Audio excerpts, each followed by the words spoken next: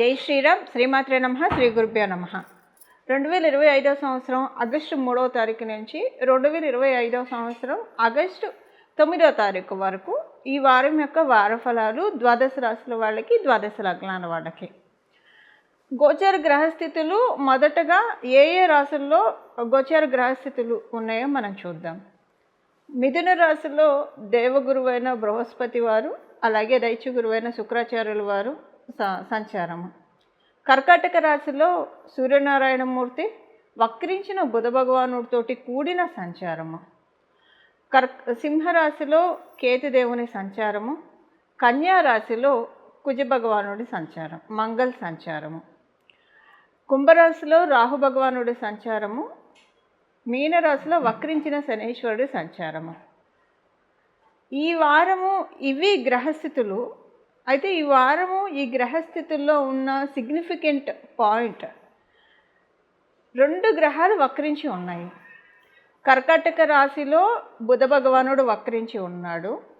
మీన రాశిలో శనీశ్వరుడు వక్రించి ఉన్నాడు. కర్కాటక రాశి, మీన రాశి ఈ 2 మనం చూస్తే ఈ 2 కూడా జలతత్వ రాశులే.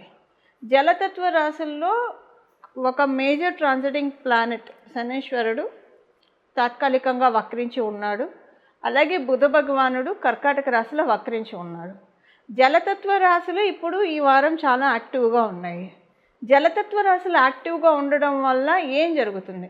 అందులో బుధుడు ఇక్కడ వక్రించాడు. బుధుడు వక్రించి ఉండడం వల్ల ఇక్కడ ఏం జరుగుతుంది? 2 జలతత్వ రాశులు బలంగా ఉన్నాయి. ఇక్కడ సంచారం చేసే ఈ 2 గ్రహాలు కూడా వక్రించి సంచారం చేస్తున్నారు. జలతత్వ రాశుల్లో 2 గ్రహాలు వక్రించి సంచారం చేసుకోవడం డెఫినెట్గా ఒక ఇంపాక్ట్ క్రియేట్ అవుతుంది. కాకపోతే అది కూడా బేడా ఉంటుంది. సో ఇప్పుడైతే ఈ వక్రగతి డెఫినెట్గా పాజిటివ్ ఇంపాక్ట్ని ఇండికేట్ చేస్తూ ఉంది. అసలు ఇది ఎందుకు పాజిటివ్ ఇంపాక్ట్ క్రియేట్ చేస్తుంది? దానికి కారణం ఏంటి? ఫస్ట్ పాజిటివ్ ఇంపాక్ట్ ఏ విషయంలో? లిబరేట్ చేస్తూ ఉంది, అందరినీ లిబరేట్ చేస్తూ ఉంది. ఇది ఎవరెవరికి ఏ విషయాల్లో అయితే బాగా టఫ్గా ఉందో ఆ విషయాల్లోంచి లిబరేట్ చేసే కైండ్ ఆఫ్ ట్రాన్సిట్ అని చెప్పచ్చు, కాంబో అని చెప్పచ్చు. దానికి కారణము మనకి పరాశర సంహితలో ధర్మ త్రికోణాలు, అర్ధ త్రికోణాలు, కామ త్రికోణాలు, మోక్ష త్రికోణాలు అని చెప్పబడి ఉంది. అందులో మోక్ష త్రికోణాల్లో ఈ 2 గ్రహాలు సంచారము. అంటే చతుర్థ స్థానము, అష్టమ స్థానము, ద్వాదశ స్థానము, ఈ 3 4, 8, 12 ఈ 3 కూడా మోక్ష త్రికోణాలు. ఇప్పుడు మనము కాలపురుషుడి కుండలిలో నుంచి మనం చూస్తే కర్కాటక రాశి చతుర్థ స్థానం అయింది, 4వ స్థానం అయింది. మీన రాశి 12వ స్థానం అయింది, వ్యయభావం అయింది. ద్వాదశ స్థానం అంటాం, వ్యయస్థానం అంటాము, మోక్షస్థానం అంటాము. ఇలాగ మనం రకరకాలుగా చెప్తాం పరాశర సంహితను అనుసరించి. ఇప్పుడు ఇక్కడ ఉన్న సిగ్నిఫికెన్స్ ఏంటంటే మోక్ష త్రికోణాలు జలతత్వ రాశులు చాలా బలంగా ఉండడము ఒక మంచి ఇంపాక్ట్ని క్రియేట్ చేస్తుంది. అందరికీ యూనిక్గా వర్తించే విషయాలు ఏంటంటే ఒక 3-4 నెలలుగా చూస్తే మనం ఒక 3-4 నెలలు, ఒక 5 నెలల నుంచి వేసుకోవచ్చు. అందరికీ యూనిక్గా కొంచెం ఫైనాన్షియల్గా ఎంత చేయి తిరిగిన వాళ్ళైనా కావచ్చు. ఇప్పుడు ఎంత చెట్టుకి అంత గాలి అన్నట్టు ఎవరి పొజిషన్కి తగ్గట్టు వాళ్ళ బర్డెన్స్ వాళ్ళకు ఉంటే డెఫినెట్గా ఇది మనందరం అంగీకరించాల్సిన విషయము. ఇలాగా ఫైనాన్షియల్గా కొంచెం ఒక్కసారి ఫ్రీజ్ అయిపోయినట్లు, కొంచెం అలాగని ఫ్రీజ్ అయిపోయిందంటే ఏదో వెళ్ళి ఒకళ్ళ దగ్గర చేయి చాపాల్సిన పరిస్థితి అలా కూడా కాదు. ఎలా ఉంటుందంటే ఇది అవుతుందా కాదా, ఇది అవ్వకపోతే పోనీ వేరే చోట చేద్దామా అంటే లేదు ఇక్కడ కన్ఫామ్గా అవుతుంది ఈ పని, ఇలాగన్నా ఉంటుంది కొంతమందికి అసలు సడన్గా అన్ని దారులు మూసుకుపోయినట్లు అనిపిస్తాయి, సడన్గా అంతే, అది టెంపరీ. ఇంకొంతమందికి ఎలా ఉంటుందంటే ఉన్న డబ్బులు అనవసరంగా ఖర్చు చేసేసుకున్నాము. ఇప్పుడు ఈ టైంలో ఎప్పుడైనా అంటే బాగా మెచ్యూర్డ్గా ఉన్నవాళ్ళు లైఫ్లో అప్స్ అండ్ డౌన్స్ అనేది కామన్. సో సమస్య లేని జీవితం ఉండదు. సేవింగ్స్ చేసుకొని ఉంటే బాగుండేది. మీరెంత పాజిటివ్ యాటిట్యూడ్ ఉన్న వాళ్ళైనా సరే డెఫినెట్గా ఈ మాట అనుకుంటారు. అంటే టైట్ అని అనుకోకపోయినా ఇలా అనుకుంటారు. ఇది చూశారు. ఇప్పుడు ఫైనాన్షియల్గా అన్కండిషనల్గా ఉన్న సిచ్యువేషన్స్ ఎవరెవరికైతే ఉన్నాయో ద్వాదశ రాశుల వాళ్ళకి, ద్వాదశ లగ్నాల వాళ్ళకి కెరియర్ స్టెబిలిటీ లేకుండా ఎవరెవరైతే బాధపడుతున్నారో వాళ్ళందరినీ అన్ఫ్రీజ్ చేస్తున్నారు. దానికోసమే బచక్రంలో ఈ గ్రహస్థితి చోటు చేసుకుంది. జలతత్వ రాశుల్లో ప్రత్యేకించి మోక్ష త్రికోణాల్లో వక్రించి ఉన్నారు ఇద్దరు. ఇప్పుడు దీని ఇంపాక్ట్ ఒక్కొక్క రాశి వాళ్ళకి ఒక్కొక్క విధంగా ఉంటుంది. అది మనం చూద్దాము. అంటే వారఫలాల్లో భాగంగానే అన్ని మిగతా విషయాలు చర్చించుకుంటూ దీని ఇంపాక్ట్ ఎలా ఉంటుందో మనం చూద్దాము. ఈ వారము ఈ ఇంపాక్ట్ లిబరేట్ చేస్తుంది ఫైనాన్షియల్గా. ఒక్కొక్కరికి ఒక్కొక్క విషయంలో ఇంకా ఎక్స్ట్రా లిబరేషన్ కూడా ఉంటుంది. అసలు అది మీ జన్మజాతకంలో ఉన్నా లేకపోయినా గోచారం మనకు అందుకే ఉంది. గోచారంలో వచ్చే యోగాలు మనకి ఏమంటారు అన్ఫ్రీజ్ చేస్తాయి అన్నమాట. అంటే మన యోగాన్ని ఒడిసి పట్టుకుంటే జన్మజాతకంలో ఉన్నా లేకపోయినా వాటిని మనం తీసుకోవచ్చు. ఇప్పుడు అవేంటో మనం చూద్దాం. మేషరాశి మేష లగ్నంలో పుట్టిన వాళ్ళకి ఈ వారం ఎలా ఉండబోతుంది? ఈ వారం మీకు ఇంట్లో ఉన్న సమస్యలు, ఇంటి పరంగా ఉన్న సమస్యలు అన్నీ కూడా ఒకదాని తర్వాత ఒకటి నెమ్మది 1 by 1 క్యూర్ అవ్వడం మీరు చూస్తారు. అన్నీ సెట్ అవుతున్నాయని మీరు చూస్తారు. ఈ వారము కొంచెం ఏదైనా మీరు గృహం అమ్మాలని ప్రయత్నిస్తూ ఉంటే, అవ్వకపోతూ ఉంటే ఈ వారం అవుతుంది. చక్కగా గృహం అమ్మడానికి చాలా చక్కటి అవకాశాలు ఉన్నాయి. ఒకవేళ మీరు ప్రయత్నం చేస్తూ ఉంటే గృహం అమ్మడానికి అది. అండ్ ఇంకోటి ఏంటంటే ఈ వారం ఇంటికి సంబంధించి కొంచెం ఖర్చులు కూడా ఎక్కువగా ఉంటాయి. ఎక్కువ వాల్యుబుల్ ఐటమ్స్ అలాంటివి కొనడానికి ఛాన్సెస్ ఎక్కువగా ఉంది. ఈ వారం కొంచెం ఖర్చులు మామూలుగానే ఇంటికి సంబంధించిందని కాకపోయినా ఖర్చులు కొంచెం ఎక్కువ ఉంటాయి. అలాగే మీరు ఉద్యోగస్తులు అయితే ఈ వారం మీకు మీ ఉద్యోగంలో ఏదన్నా స్థానచలనం సూచిస్తూ ఉంది. ట్రాన్స్ఫర్ అవ్వచ్చు, లేదా మీరు వేరే ఉద్యోగానికి ప్రయత్నిస్తుంటే ఆ ఉద్యోగానికి మీరు వేరే ఉద్యోగానికి ప్రయత్నించకపోయినా మేబీ మీకు ఒక మంచి ఆపర్చునిటీ రావచ్చు. లేదా ఇక్కడ ఇంకొక పాయింట్ కూడా ఉంది. మీ ఎగ్జిస్టింగ్ ఎంప్లాయర్ మేబీ మిమ్మల్ని వేరే చోట చూసుకోమని చెప్పచ్చు. కాకపోతే అది మీ జన్మజాతకం బాగోకపోతే ఇది జరుగుతుంది. మీ ఎంప్లాయర్ మిమ్మల్ని వేరే ఉద్యోగం చూసుకోమని చెప్పే అవకాశం ఉంది. మీరు భయపడకండి, నిరుత్సాహం చెందకండి. ఇది నేచర్ మీకు ఇస్తున్న గొప్ప అవకాశం. ఇప్పుడు మీ జన్మజాతకం బాగోకపోతేనే ఇలాంటి సిచ్యువేషన్ మీరు చూస్తారు. అయితే ఉద్యోగం పోవడం గొప్ప అవకాశం ఎలా అవుతుందండి అన్ని మటుకు అనుకోకండి. డెఫినెట్గా మీకు వితిన్ కపుల్ ఆఫ్ మంత్స్ 1-2 మంత్స్లో మంచి ఉద్యోగం వస్తుంది. అప్పుడు మీరు అనుకుంటారు ఆ రోజు అక్కడ మిస్ అవ్వడం మంచిదైంది, లేకపోతే ఇంత మంచిది వచ్చేది కాదా అని అనుకుంటారు. అందుకని మీరు నిరుత్సాహపడకండి. ఇది మీకు తెలుసు, మీకు జన్మజాతకం ప్రస్తుతం సపోర్టింగ్గా లేకపోతేనే అప్పుడు ఇలాంటి సిచ్యువేషన్ చూస్తారు. కానీ ఇప్పుడు ఈ యోగం మీకు రావాలి కదా. మీకు బాగాలేదు అన్న పాయింట్ తీయాలంటే మీకు ఏదో ఒక పెయిన్ ఇవ్వాలి. మీకు బాగాలేనప్పుడు గ్రహదేవతలు వరాన్ని ఇవ్వలేవు. ఏదో ఒక పెయిన్ ఇచ్చి అప్పుడు మీకు ఇది చేస్తుంది. ఇప్పుడు ఒక ఆపరేషన్ చేయాలంటే షుగరు, బీపీ, థైరాయిడ్ ఇవన్నీ టెస్ట్లు చేసే కదా చేసేది. అలాగే ఇప్పుడు మీ జన్మజాతకానికి ఆపరేషన్ చేస్తూ ఉన్నారు భగవంతుడు. అప్పుడేంటి ఈ చేయాలంటే కొంత పెయిన్ ఇవ్వాలి. మరి ఆపరేషన్ అంటే పెయిన్ ఉంటుంది కదా. ఆ పెయిన్ ఏంటంటే మీ జన్మజాతకం బాగోకపోతే ఉద్యోగంలో కొంచెం ఇబ్బందులు వస్తాయి, కానీ తర్వాత చాలా గుడ్గా ఉంటుంది. అది కూడా మీరు నోట్ చేసుకోవాలి. ఈ బాధ మీకు తాత్కాలికం. వీలుంటే మీరు బాధపడకుండా యాక్సెప్టెన్సీ మోడ్లోకి వెళ్ళి మీరు వెంటనే కాన్ఫిడెన్స్తో ఇంకో ఉద్యోగం వెతికితే మంచి ఉద్యోగం వస్తుంది. ఇది ఒకవేళ కొంతమందికి జాతకం బాగుంది అనుకోండి, మీకున్న చోటే ప్రమోషన్స్ రావచ్చు, లేదా అనుకోకుండా ఇంకో చోట నుంచి మంచి ఆఫర్ రావచ్చు. ఇలాంటివి ఉంటాయి. ఇది ఉద్యోగస్తులకి. వ్యాపారస్తులందరికీ కూడా ఈ వారం చాలా బాగా ఉంది. సేమ్ మీకు మీ జన్మజాతకం ప్రస్తుతం బాగోకపోయి ఉంటే కనుక ఒక పెద్ద డీల్ వచ్చినట్టే వస్తుంది, వెళ్ళిపోతుంది.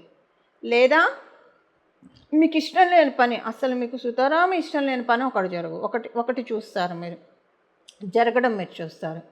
ఈ రెండిట్లో ఏది జరిగినా మీరు కలత చెందకండి.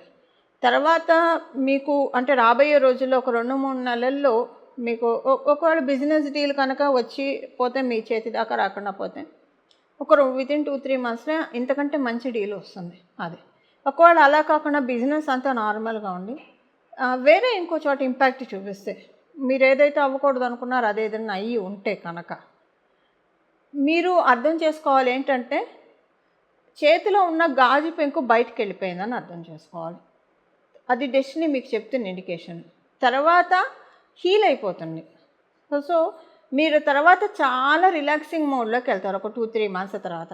అవి ఏం జరుగుతాయనేది మళ్ళీ మీ జన్మజాతకాన్ని అనుసరించి ఆధారపడి ఉంటుంది. బట్ ఏదైనా కొంత పెయిన్ఫుల్గా అనిపించినా అది మీ నోట్ చేసుకోవాల్సిన పాయింట్ ఏంటంటే మీ జన్మజాతకం సహకరించకపోతేనే ఈ పాయింట్ చూస్తారు. సహకరించి బాగుంటే అప్పుడు బిజినెస్ డీలు పోదు, ఇలాంటి సిచ్యువేషన్ లేదా ఇంకో చోట ఇబ్బంది కూడా రాదు, బాగుంటుంది, బిజినెస్ బాగా అవుతుంది. అలాగే మీకు ఇంకా అప్గ్రేడ్ లెవెల్లోకి వెళ్తారు. సో ఒకవేళ బాగోకపోతే మాత్రమే ఇవి విద్యార్థినులకి బాగుంది, మంచి ఆ థాట్ ప్రాసెస్ ఉంటుంది, అంతా కూడా చాలా బాగా ఉంటుంది. ఇవి ఈ వారం యొక్క గోచర గ్రహస్థితుల ఫలితాలు మేషరాశి మేషలగ్నంలో పుట్టిన వాళ్ళకి. ఈ గోచర గ్రహస్థితులు మనకి ఎంత బ్యూటిఫుల్గా ప్రతి ఒక్కళ్ళ జీవితాల్లో ఒక్కొక్కసారి చాలా పాజిటివ్ ఇంపాక్ట్స్ చూపిస్తాయి, ఒక్కోసారి నెగిటివ్ ఇంపాక్ట్స్ చూపిస్తాయి. ఎందుకంటే కష్టం వెనక సుఖం, సుఖం వెనక దుఃఖం, ఇవన్నీ సర్వసాధారణం. చీకటి వెనక వెలుగు, ఇవన్నీ ఉంటాయి. ఇప్పుడు మనకి గోచారం ఎందుకుంటుందంటే జన్మగ్రహ స్థితులు బాగోకపోయినా గోచారంలో బాగా ఉంటే అంతవరకు ఆ పర్టికులర్ పీరియడ్ వరకు మనకి ఇబ్బంది లేకుండా ఉంటుంది.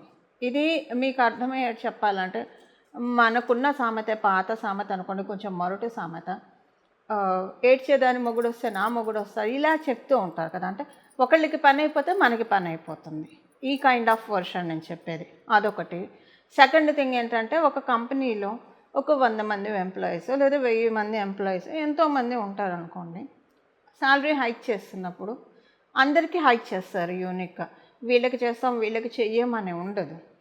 పర్టికులర్గా వాళ్ళ జన్మజాతకంలో ఆ టైంలో ఉన్నా లేకపోయినా అందరితో పాటు గంపగుత్తిగా అయిపోతూ ఉంటుంది.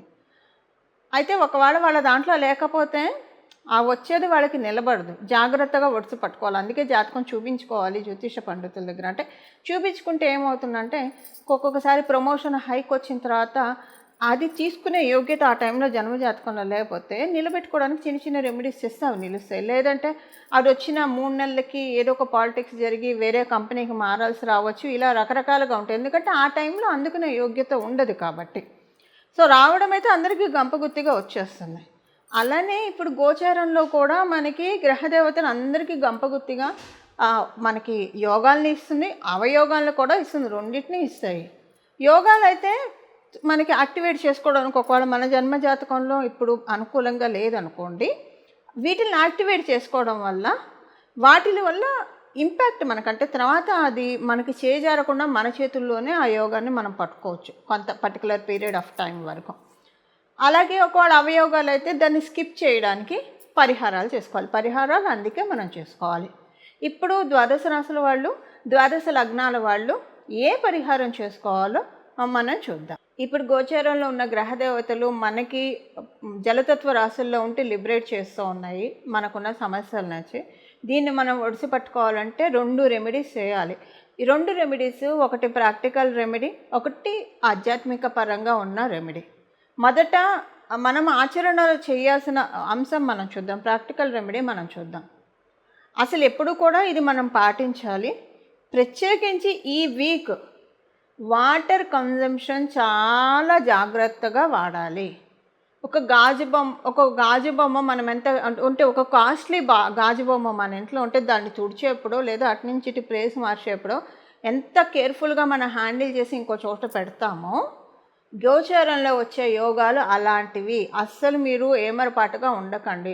ఎందుకు చెప్తున్నానంటే నీళ్లు ఎక్కువగా వృధా చేసే అలవాటు మనకు తెలియకుండానే ఉంటుంది. బ్రష్ చేసుకునేప్పుడు ఆ షింకు తిప్పేస్తాము, నీళ్లు బోళ్ళన్నీ పోతూనే ఉంటాయి, మనం కడుక్కునే లోపల పోతూ ఉంటాయి. సో నీళ్ళు ఎక్కువగా కన్జ్యూమ్ చేయకుండా, వృధా చేయకుండా ఉండాలి. కన్జ్యూమ్ చేయొచ్చు, అవసరమైనంత వరకే మనం నీటిని వాడాలి. నీటిని వృధా చేస్తే ఇప్పుడు లేనిపోని కష్టాల్లో ఊపిలోకి పడే అవకాశం కూడా ఉంటుంది. ఇది ప్రాక్టికల్ రెమెడీ, ఇది మంచిది కూడా కదా. మనం వాటర్ని ఎక్కువగా, మనకున్న న్యాచురల్ రిసోర్సెస్ని మనం కాపాడుకోవాలి, ప్రకృతి వనరుల్ని మనం కాపాడుకోవాలి. కాపాడుకోకపోయినా పర్లేదు కానీ పాడు చేసే హక్కు అయితే మనకి లేదు. ఇక్కడికి మనం వచ్చింది రెంట్ కోసం వచ్చాము భూమి మీద. భగవంతుడు ఇచ్చిన వాటంటే మనందరం ఒక గెస్ట్లం కదా. సో వీటన్నిటినీ మనం ఒక బాధ్యతాయుతంగానే మనం వాడుకోవాలి. వాటరు చాలా, మీరు జలాన్ని చాలా బాధ్యతాయుతంగా వాడుకోవాలి. ఈ వారము అసలు ఎప్పుడు కూడా ఇది ఈ వారం నుంచి మొదలుపెట్టి ఇంక ఇదే ఒకవేళ మరీ ఎక్కువగా వాడకపోయినా మనకి తెలియకుండా మనం జాగ్రత్తగా వాడుకునే వాళ్ళమని మనకి తెలియకుండానే కొంచెం వృధా చేస్తూ ఉంటాం. సో ఎక్కడ వృధా చేసుకుంటున్నామో అటెన్షన్ పే చేసి మ్యాక్సిమం వాటర్ వృధా కానియకుండా ఇక్కడి నుంచి ఇంక ఇది కంటిన్యూ చేస్తూ ఉంటే ప్రకృతికి మనకి మనం తోడ్పాటును అందించిన వాళ్ళం అవుతాము. సైడ్ బై సైడ్ మనకి బ్లెస్సింగ్స్ కూడా నేచర్ నుంచి వస్తాయి. ప్రకృతికి మనం ఎప్పుడైతే తోడ్పాటును అందిస్తామో డెఫినెట్గా నేచర్ కానీ దేవుళ్ళు కానీ మనం రవ్వంతో ఏం చేసినా సరే ఇది మళ్ళీ మన కోసం మన ఫ్యూచర్ జనరేషన్స్ కోసమే, ఇదేం భగవంతుడి కోసం కాదు. అయినా మనం ఇలా చేస్తే భగవంతుడు కావచ్చు, నేచర్ కావచ్చు, మనం వాళ్ళకి ఏం చేస్తే దానికి 10 ఇంతలు మనకి చేస్తారు. వీలుంటే ఇక్కడ ఇది ఒకటి చేయాలి. సెకండ్ రెమెడీ ఏంటంటే మీకు వీలుంటే కనుక చెట్లని నాటండి. ఎక్కడైనా సరే మొక్కల్ని నాటడానికి ప్రయత్నించండి. మీకు ఎక్కడ వీలు కుదిరితే అక్కడ మొక్కల్ని నాటడానికి ప్రయత్నించండి.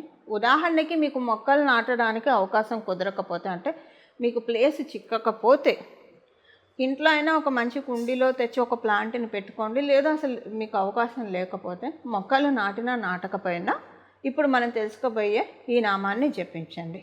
ఈ నామాన్ని జపించడము నీటిని సద్వినియోగం చేసుకోవడం, దుర్వినియోగం కాకుండా మన ఇంట్లో వాళ్ళు కావచ్చు, మనం కావచ్చు, దుర్వినియోగం చేసుకోకుండా, నిరుపయోగం చేసుకోకుండా జాగ్రత్తగా ఉండడము. అలాగే మొక్కల్ని నాటితే చాలా మంచిది. ఈ వీక్ మొక్కల్ని నాటి మనం ప్రకృతికి ఎంత తోడ్పాటును అందిస్తే అంత మనకి. అంటే మొక్కలు ఎందుకు నాటుతాము? ఆక్సిజన్ కోసం, ఊపిరి పీల్చుకోవడానికి. మన జీవితంలో ఊపిరాడని సిచ్యువేషన్స్ మనం చూస్తూ ఉంటాము, అందరూ చూస్తూనే ఉంటారు, ఎవరు దీనికి అతీతులు కాదు. అలాంటి సిచ్యువేషన్స్, అలాంటి పరిస్థితులు మనకి రాకుండా ఎప్పుడు మనం అమ్మయ్యాన్ని ఊపిరి పీల్చుకునే విధంగా మన జీవితం కొనసాగాలి అంటే ప్రకృతికి మనం వీలైనంత వరకు తోడ్పాటును అందించాలి. ఇప్పుడు దీనికి రైట్ టైం, ఎప్పుడూ దానికి రైట్ టైం. మంచి పనికి ఎప్పుడు సర్వకాల సర్వావస్థలు మంచివే. ప్రత్యేకించి ఒక మంచి అమృత గడియలు అనేవి ఉంటాయి మనకి. ఇప్పుడు మొక్కలు నాటడానికి అమృత గడియలు అంటే నమ్మండి. చక్కగా నాటండి మొక్కలు, మంచి పని చేద్దాము, శ్రీకారం చూడదాము. మొక్కలు నాటిలా మీరు ఈ నామాన్ని జపించుకుంటే ఇంకా మంచిది. నాటిన వాళ్ళు ఖచ్చితంగా ఈ నామాన్ని జపించుకోవాలి. ఆ నామం ఏంటో మనం ఇప్పుడు చూద్దాం. గంగాధరాయ నమః, గంగాధరాయ నమః, గంగాధరాయ నమః. ఈ నామాన్ని మొత్తం జపిస్తూ ఉండండి. మీరు రాత్రి పడుకునేప్పుడు మర్చిపోకుండా దీంతో పాటు గంగానది గంగానది గంగానది అని చెప్పుకుంటూ పడుకోండి. 3 సార్లు, ముమ్మార్లు. ఉదయాన్నే లేస్తూ మొదట గణపతిని తలుచుకోవాలి. గజాననాయ నమః, గజాననాయ నమః, గజాననాయ నమః. ఎందుకంటే మొదట పూజ్యత ఆయనకే కాబట్టి. తర్వాత ఉదయాన్నే లేస్తూ కూడా మీరు మంచం మీద కూర్చొని చెప్పుకోవచ్చు, గంగానది గంగానది గంగానది. ఇది మనకి శివపురాణంలో ఉన్న విషయము. ఎవరైతే రాత్రి పడుకునేప్పుడు శివనామస్మరణం మనం చేయాలి, ఉదయాన్నే లేస్తూ హరినామస్మరణం మనం చేయాలి. దాంతోపాటు గంగానదిని రాత్రి పడుకునేప్పుడు, ఉదయం లేచేప్పుడు ఎవరైతే స్మరిస్తారో వాళ్ళకున్న అన్ని పాతకాలు నశిస్తాయి. అంటే మన సిన్స్ అన్నీ కూడా కరిగిపోయి మనము మంచి డెవలప్మెంట్ మోడ్లోకి వెళ్తాము. అలాగే మన చేత ధర్మకార్యాలు, పుణ్యకార్యాలు, దేవకార్యాలు భగవంతుడు మనని నియమించి మన చేత చేయిస్తాడు అనడంలో ఏమాత్రం సందేహం లేదు. ఈ నామాన్ని రాత్రి పడుకునేప్పుడు గంగానది గంగానది గంగానది, ఉదయాన్నే లేస్తూ కూడా ఈ నామాన్ని జపించడం. అలాగే ప్రతిరోజు కూడా గంగాధరాయ నమః, గంగాధరాయ నమః, గంగాధరాయ నమః అనే నామాన్ని జపించి మనమందరం కూడా గంగాధరుడు శశిశేఖరుడైన పరమశివుడి యొక్క కృప వల్ల జలతత్వ రాశులు బలంగా ఉన్నాయి కాబట్టి ఎప్పుడు నిత్యం ఆయన నెత్తిన ఉన్నంత జలం ఎక్కడ ఉండదు. సో ఆకాశ గంగనే ఆయన జటాజూటంలో బంధించాడు. ఇక్కడ మనం జలతత్వ రాశులు అంటే ఆయన జటాజూటమని నా భావన. మనం ఇలాగ స్మరిస్తే కనుక చాలా చక్కటి ఫలితాలు వస్తాయి. ఇలా మనమందరం కూడా గోచారం ఇచ్చే యోగాల్ని ఒడిసి పట్టుకొని మన జీవితాన్ని ప్రశాంతంగా, నిర్మలంగా, సుసంపన్నం చేసుకోవాలని చెప్పి మనందరి తరఫున నేను కూడా భగవంతుని ప్రార్థిస్తూ మంగళం. నమో భగవతే వాసుదేవాయ.